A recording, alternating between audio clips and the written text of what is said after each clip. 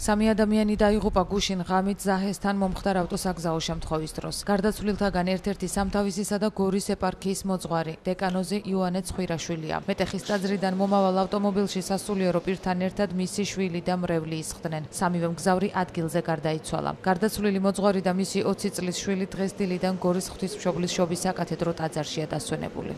მამა იოანე ცხვირაშვილი მსახურობდა სამთავის და გორის ეპარქიაში.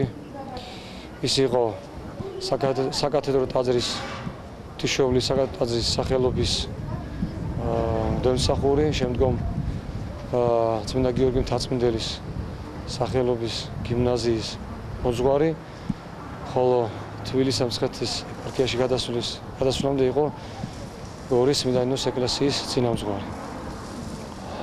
ის მის ვაჟთან ერთად დაბრძანებულია, დასვენებულია გორის საკათედრო ტაძარში.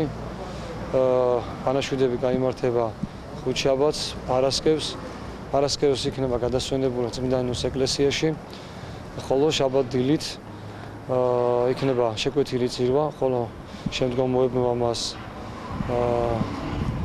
წესის აგება და 2 საათზე იქნება დაკრძალვა. ძალიან ცუდი ამბავი მოხდა, რომ გარდაიცვალა დეკანოზი მამა იოანე.